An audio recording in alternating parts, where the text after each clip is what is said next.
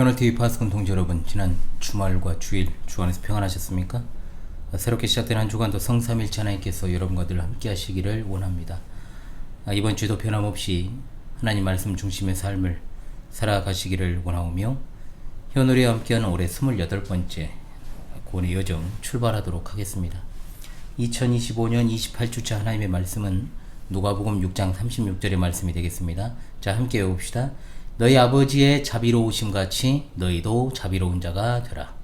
누가복음 6장 36절 말씀. 아멘. 다시 한번 해보겠습니다. 너희 아버지의 자비로우심 같이 너희도 자비로운 자가 되라. 누가복음 6장 36절 말씀. 아멘.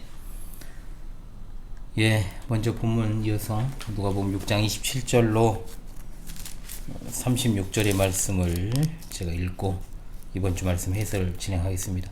누가복음 6장 27절로 36절의 말씀을 제가 읽습니다.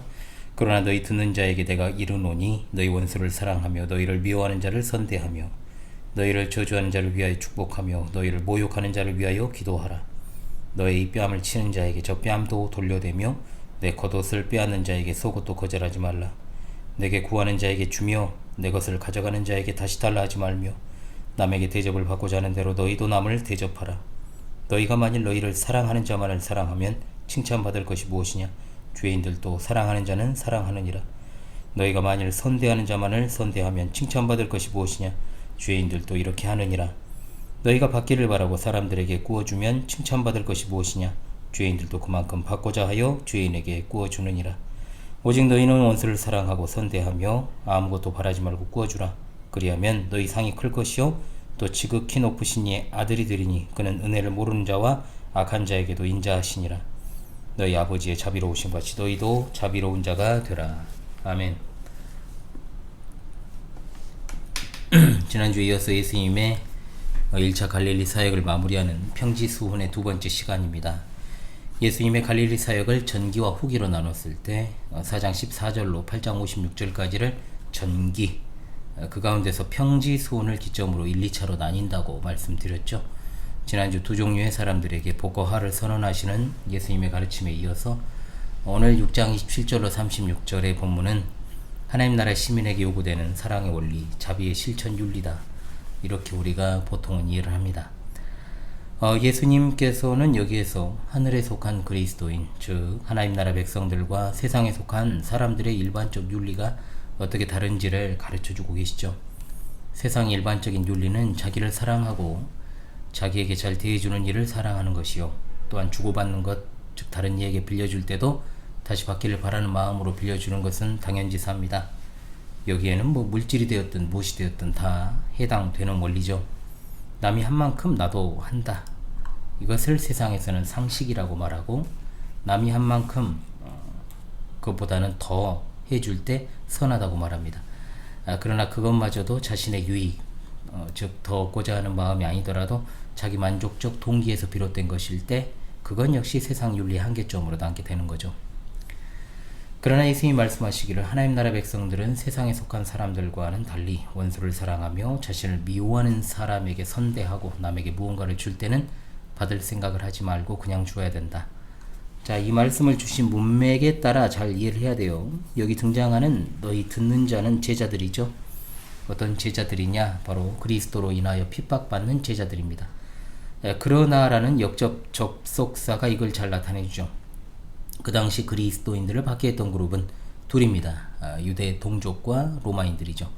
그들에게 화가 있다고 앞서 말씀하셨죠. 그렇다면 화가 있는 그들에게 어떻게 행해야 될 것인가에 대해 예수님은 그들과는 다르게 그들을 사랑하고 선대하고 축복하고 기도하라고 하십니다. 이 시대를 살아가며 장차 마지막 시대를 살아갈 그리스도인들에게 누굴까요? 바로 그리스도인이 우리를 박해하는 이 세대에 속한 세상 사람들이다 라고 볼 수 있을 것입니다. 말세지마를 살아가는 우리 주께서 사랑하시는 파스콘 동지들이여, 우리는 오늘 말씀을 받으며 이 말씀이 현실성 없는 어떤 이상적 본문이라 치부하면서 넘어가서는 안 될 것이고, 또한 이것을 왜곡되게 이해해서도 안 될 것입니다. 이것은 결단코 그렇게 시행하라고 주신 말씀이고, 또한 이것을 이해하고 실천할 수 있는 이는 오로지 죄인된 인간을 구원하시고자 십자가에서 자신의 몸을 희생하심으로 사랑의 모형이 되신 예수 그리스도 안에 있는 자만 가능한 것이기 때문입니다. 예수님의 제자로서 예수님의 몸된 교회 지체된 성도라면 예수님을 위하여 모든 것을 포기하고 희생할 준비가 되어 있어야 되는데, 그것이 바로 31절에 소위 황금률이라고 하는 말씀이 되겠습니다. 적극적인 사랑 실천은 세상에 속한 자들과 그리고 하늘에 속한 그리스도인의 결정적 차이죠. 인간의 능력으로 도저히 힘들어 보이는 이 교훈들, 사실 오로지 죄의 문제를 예수님으로부터 해결받은 거듭난 이들에게만 보이는 것이기도 합니다. 자, 이 시간 우리들은 우리 자신을 돌아보고 세상의 룰이 아니라 예수 그리스도의 가르침과 행하심을 기준으로 하여 우리 삶 가운데 진정한 주님의 사랑을 적극적으로 실천하는, 그야말로 복음으로 충만한 삶을 살아가야 될 줄로 믿습니다. 자, 첫째로 오늘 우리는 소위 황금률이라고 하는 것을 바르게 이해합시다. 이미 제가 다룬 바가 있기 때문에 올해 연장선에서 여러분들이 이해하기를 원합니다. 하늘에 속한 그리스도인들에게 이 땅에서 요구되는 절대적 사랑, 자비의 실천인데, 31절의 말씀을 상고한 연후 나머지 구절들이 주는 교훈을 살피는 게 순서입니다. 남에게 대접을 받고자 하는 대로 너희도 남을 대접하라. 자, 이것을 흔히 그냥 기독교의 황금률이다 이렇게 말하죠. 그렇게 이야기하는 것을 주의할 필요가 있다라고 제가 이미 말씀을 드렸습니다. 이와 비슷한 말이 공자의 어록에도 있는데, 자기가 원하는 것을 남에게 하라. 칸트의 도덕 철학에서의 또한 황금률이기도 합니다. 이것은 인간 상호 간의 교제를 규제하는 정의 원칙으로 이로 인해서 사회적 조화와 질서가 성립된다라고 하는 거죠. 자, 그러나 주님의 교훈이 과연 공자나 칸트의 교훈과 같은 성격일까? 우리는 이 부분을 더 자세히 살펴야 됩니다. 이 부분은 여러분 병행 구절이 많이 여기 기록되어 있잖아요. 마태복음에서 산상수훈의 후반부 7장 12절에 나오는 내용입니다. 자, 왜 이 말씀을 기독교의 황금률이라고 합니까? 그것은 기독교 윤리의 핵심인 이타적 성격을 잘 보여주니까 그렇게 보통 통상 이해를 하는 겁니다. 세상 개념이 이거잖아요. 이해타산적 개념, 즉 내가 대접받고 싶은 만큼 남을 대접하면 그대로 돌려받는다는 개념이죠. 그러나 이 말씀은 그런 이해타산적 의미, 즉 양적인 개념이 아닙니다. 자기가 남에게 선한 대우를 받고 싶어하는 바로 그와 같은 방법으로 선을 먼저 행하라는 거죠. 굉장히 적극적인 거죠. 지금 이 시대가 얼마나 이웃에 대해 철저히 외면하는 냉랭한 시대입니까?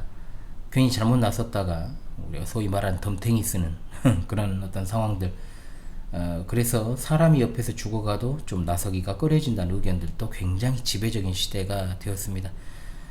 그래서 자동 반사적으로 어떤 행동하는 사람들 외에는 대부분이 소극적일 수밖에 없죠. 물론 다들 도와주고 싶은 마음이 잠재해 있다고 하더라도 선뜻 나서기가 어려운 그런 환경입니다. 이런 험악하고 서로 믿을 수 없는 시대를 살아가는 기독교인들도 그와 같은 어떤 세상적 가치관의 지배를 많이 받습니다.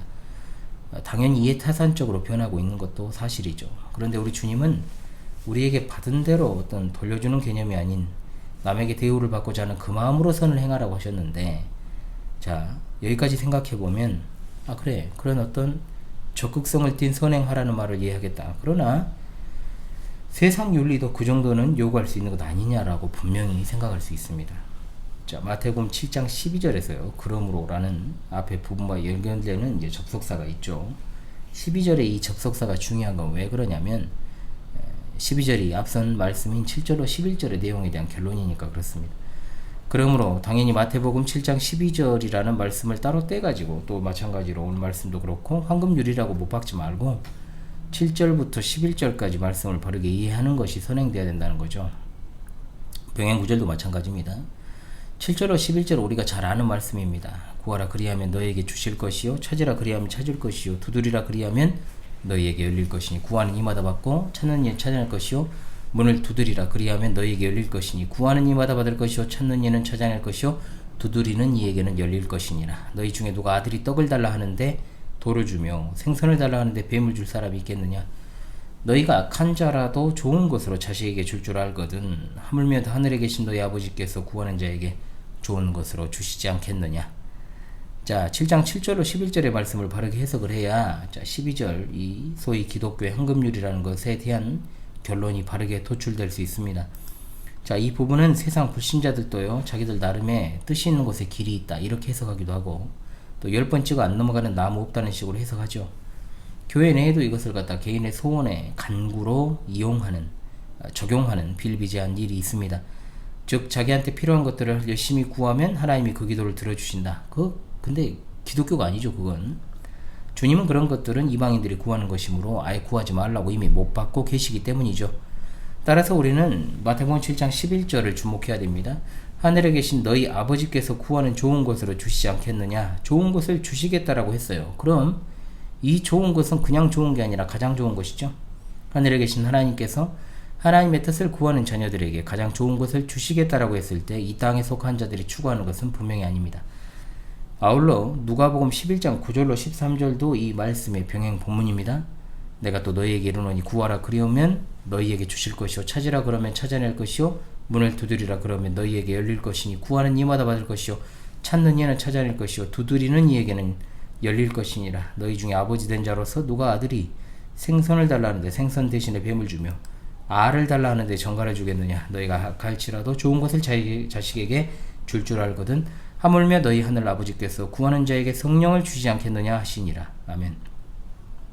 답은 나왔죠. 성삼위일체 하나님의 구원의 작전과 섭리 가운데 그 역사 가운데 약속된 하나님의 뜻을 구하는 자들, 즉 그 구하는 자들은 누구밖에 없습니까? 교회입니다. 그죠? 그러면 교회에 뭘 주십니까? 성령님을 주십니다. 그래서 이 부분을 갖다가 우리가 개인적인 어떤 적용 구조로 해석해서는 안 된다는 거죠. 교회를 떠난 그리스도인이 존재합니까?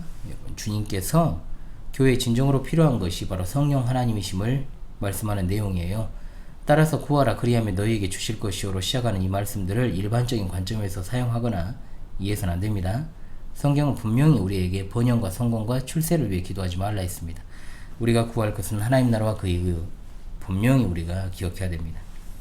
이런 차원에서 여러분 마태복음 7장 12절 병행 구절을 그 결론을 당연히 남에게 대접받고자 하는 대로 너희도 남을 대접하라는 것이 윤리적 교훈이 될 수 없고, 또 예수님과 그분을 따르던 제자들이 일반 윤리적 차원에서 그렇게 했고 실제로 그렇게 대접받았다는 식의 내용도 성경에 없습니다.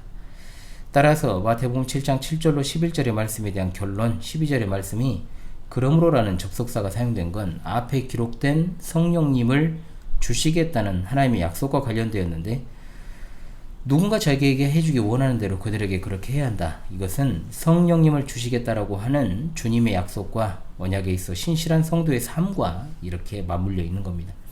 즉 대접받는 대상이나 대접해야 될 대상은 불특정 이웃이 아닌 하나님과 그분의 택한 백성이라는 거죠. 따라서 한글 개역 성경의 남이라는 말도 주변 이웃으로 이해할 것이 아니라 의미상 하나님과 관련되어 이해하는 것이 맞습니다. 이것이 바로 곧 율법이요 선지자라는 말로 마무리되는 건 율법과 선지자는 분명 구약 성경을 가리키는 말이요 그 약속으로 인해 그리스도와 성령님을 보내주신 하나님께 순종하고 그렇게 살아가는 성도의 삶이 바로 구약 성경의 가르침이다. 예언의 성취, 하나님의 구원의 작전과 섭리사적 측면에서 볼 때 이 부분을 반드시 바라봐야 된다. 그러므로 우리가 이 말씀들을 황금률이라고 그냥 쉽게 말하는 오류를 범하지 맙시다. 이것은 성령님을 보내신 하나님께서 택한 백성들에게 어떤 삶을 요구하고 계시는가, 하나님께서 예수님의 제자들과 교회에 영원한 은혜를 베푸신 것처럼 그 백성들 역시 하나님의 뜻대로 살아가야 되는 거죠. 하나님께서 성령님을 허락하심으로 놀라운 은혜를 베풀어 주셨으니 교회 역시 그 은혜를 따라 순종하며 사는 게 마땅합니다. 하나님께서 교회를 위해 성령님을 보내주신 것처럼 교회는 하나님의 뜻을 따라 살아야 한다는 것이 본질적 도리다 라고 하는 겁니다. 하나님으로부터 성령님을 받은 교회가 하나님의 뜻에 순종하는 자세와 삶을 요구하고 있다. 자, 역시나 결론은 오직 성경에 기초한 교회와 성도의 삶의 본질이 바로 그 핵심이요. 또한 하나님의 택한 백성은 자기 나름의 목적대로 삶을 설계 진행하는 것이 아니라 하나님의 뜻을 따라 그 영광을 위해 살아가야 한다는 걸 잊지 않아야 된다. 그것이 바로 이 본문에서 율법과 선지자, 즉 구약 성경의 본질적 교훈이요 그 성취가 되시는 예수 그리스도를 통한 복음과 사도들을 통해 주신 서신을 통해 밝히 증거된 것임을 잊지 말아야 될 것입니다. 자, 둘째로 원수를 사랑하고 선대하라는 주님의 말씀을 바르게 이해하고 적용합시다. 27절로 8절의 말씀을 제가 읽죠. 그러나 너희 듣는 자에게 내가 이르노니 너희 원수를 사랑하며 너희를 미워하는 자를 선대하며 너희를 저주하는 자를 위하여 축복하며 너희를 모욕하는 자를 위하여 기도하라. 아멘. 한마디로 요약하면 원수를 사랑하라는 거잖아요.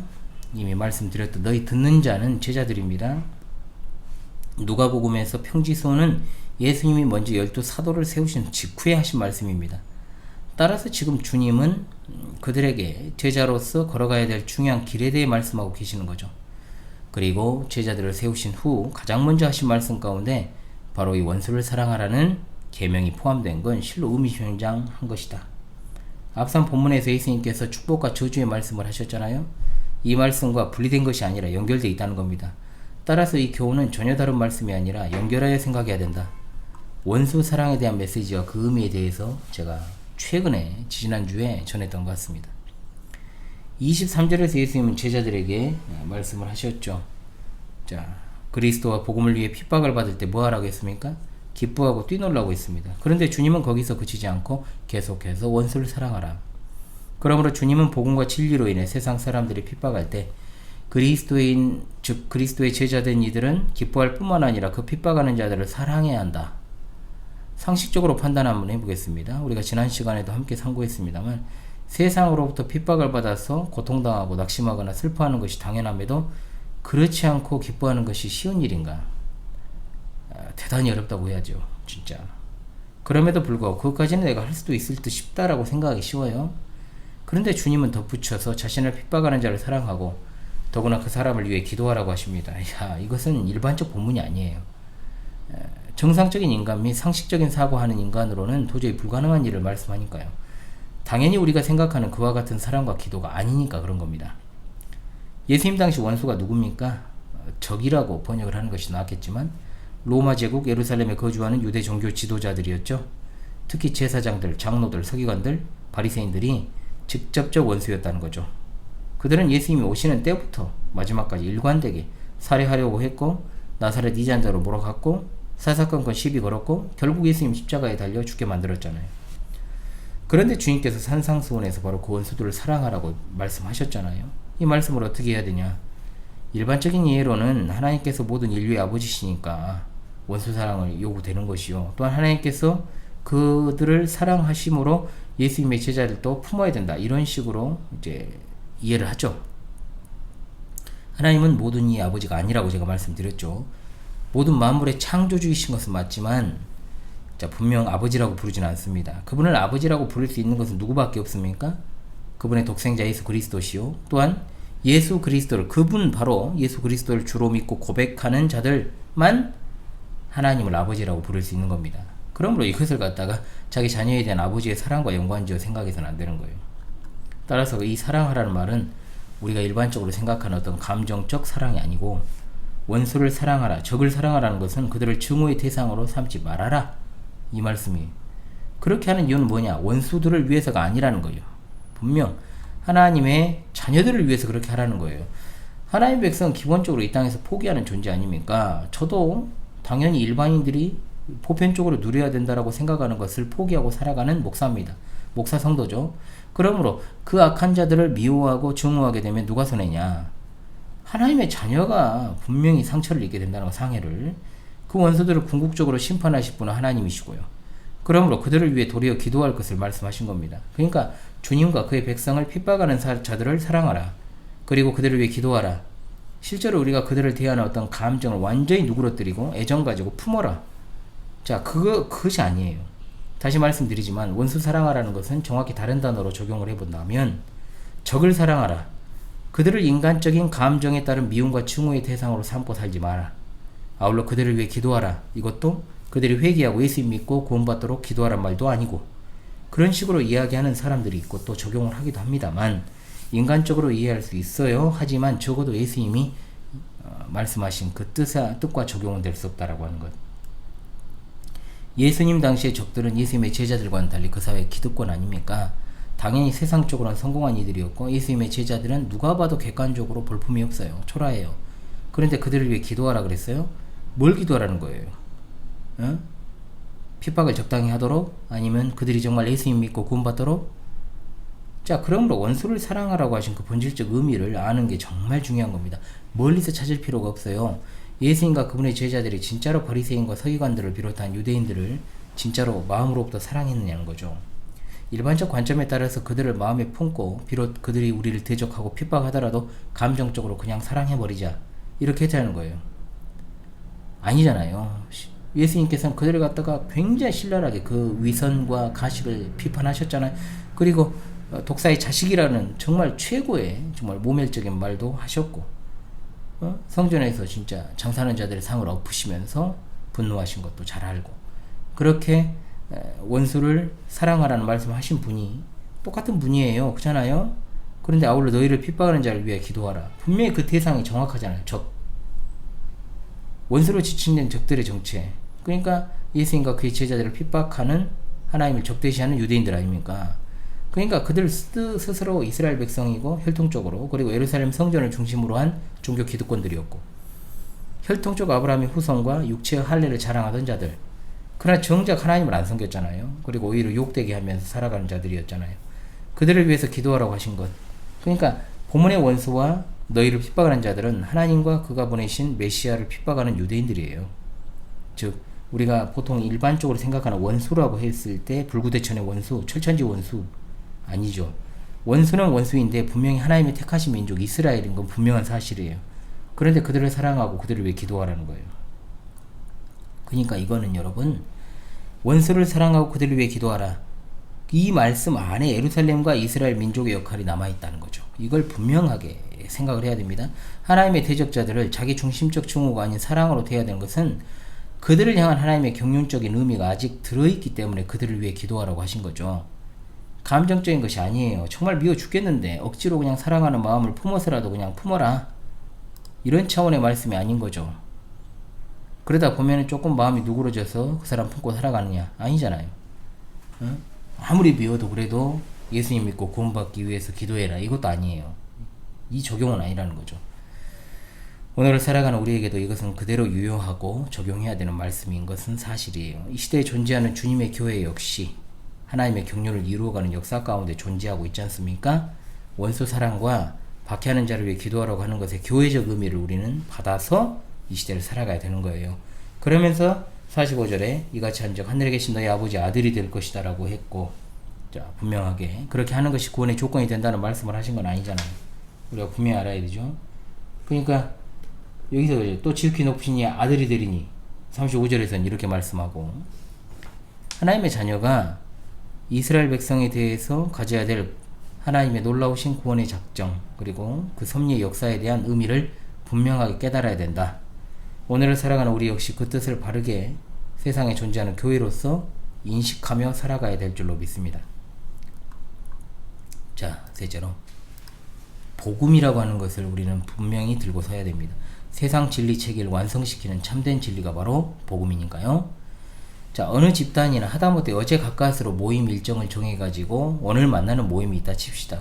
그런데 거기 안에도 룰이 있어요.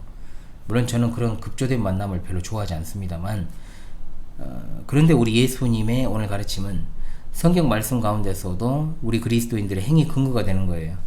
동시에 여기에는 기독교 진리가 세상에서 말하는 어떤 진리 체계보다 우위에 있고, 진리의 체계가 아니라 사상 체계라고 해야죠. 체계적이고 유일하다는 것을 잘 드러냅니다. 종교사 그리고 철학사를 공부하면 어느 시대나 위대한 종교가 사상가들이 등장하고, 또 그들은 그 시대의 그리고 문화와 어떤 모든 지침이 되는 규범이나 교훈을 제시했던 자들입니다. 서두에 말씀을 드렸습니다만 그 가운데는 소위 황금률과 유사한 것들도 있습니다. 그런데 문제는 그런 것들은 하나같이 이러이러한 것을 하지 말라는 부정적인 표현에 가깝다는 거죠. 오늘 예수님께서는 매우 적극적으로 말씀하십니다. 즉 너희는 내 이웃이 너에게 행하게 하여 주기 원하는 그대로 내 이웃에게 행하라. 자, 이런 식의 표현은 이 세상에서 예수 그리스도 외에는 한 일이 없습니다. 예수 그리스도께서는 그 능력과 사역과 교훈에 있어 그 누구도 능가할 수 없는 탁월함과 유일함이 계시지 않습니까? 왜냐하면 그분은 그리스도시요 택자들의 구주요 영원 전부터 하나님이시기 때문입니다. 복음을 곡해하는 무리들, 그리고 복음을 잘못 이해하고 적용하는 이들은 복음이 매우 불편한 것이고 지극히 배타적이며 세상과 융합될 수 없는 것이다 라는 편협된 사고방식을 취합니다. 자, 복음이 유일무이한 진리라는 측면에서는 배타적이고 세상 사람들에게 불편한 것은 사실입니다. 그러나 그렇다고 해서 복음이 세상에서 사람들에게 좋은 가르침을 줬다라고 하는 그런 사람들의 철학과 사상을 모두 파괴한다는 식의 생각은 옳지 않아요. 오히려 그들의 불완전한 사상 체계를 완전하게 만드는 것이 바로 복음이므로 복음이야말로 누구에게나 전달되어야 되는 유일한 진리 체계가 되는 겁니다. 세상 사람들이 자기에게 잘해주는 사람에게 잘 대해주고 선을 베푸는 것이 일반이라면 우리들은 복음적인 삶을 살아가는 것을 통해 불완전한 세상의 교훈과 진리를 완성하는 데까지 나아가야 이 말씀을 바르게 적용하는 데 이르는 것입니다. 모든 부족하고 불완전한 것을 완성하시는 예수 그리스도를 온전하게 언행심사로 증거하는 여러분 되시기 바랍니다. 세상에서 복음을 복음답게 만드는 책무가 그리스도의 제자들에게 부여되어 있다는 걸 잊지 말고 복음의 증인, 복음 증거의 선봉장들로 설 수 있기를 바랍니다. 주께서 사랑하시는 파송 동지 여러분, 자, 오늘 말씀을 통해서 주님께서 12사도를 임명하신 후에 그들에게 가장 먼저 말씀하신 것이 세상이 이해할 수 없는 사랑이죠. 즉 진정한 제자들은 신비한 기적이나 세상적 축복을 추구하는 것이 아니라 복음을 들고 적들을 증오하지 않고 사랑하고 불완전한 세상의 교훈과 사상을 완성하는 일까지 수행하기 위해 힘써야 된다라고 하는 것. 하나님의 백성으로서 그리스도의 제자로서 부름받은 우리가 이런 주님의 말씀 앞에 한없이 부족한 우리의 삶을 돌아보고 또 이와 같은 복음으로 충만한 삶을 살기 위해 날마다 성령으로 충만해야 될 줄을 믿습니다. 하나님의 은혜와 성령의 능력 안에서 날마다 무르익어가는 성숙한 파수꾼 동지들이 다 되시기를 주님의 이름으로 간절히 소망합니다. 아멘. 다시금 이번 주 하나님의 말씀을 암송하며 힘차게 한 주를 출발하도록 하겠습니다. 너희 아버지의 자비로우심 같이 너희도 자비로운 자가 되라. 누가복음 6장 36절 말씀. 할렐루야. 아멘. 찬송가 218장 부르며 이번 주 말씀 해설을 마무리할게요. 자, 218장 찬송합시다.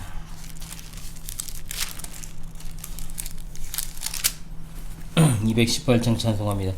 내 맘과 정성을 다하여서 주 너의 하나님을 사랑하라.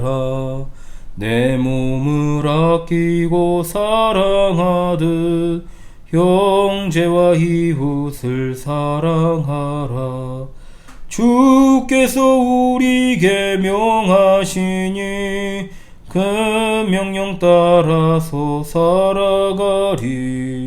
널 미워 해치는 원수라도 언제나 너그럽게 사랑하라.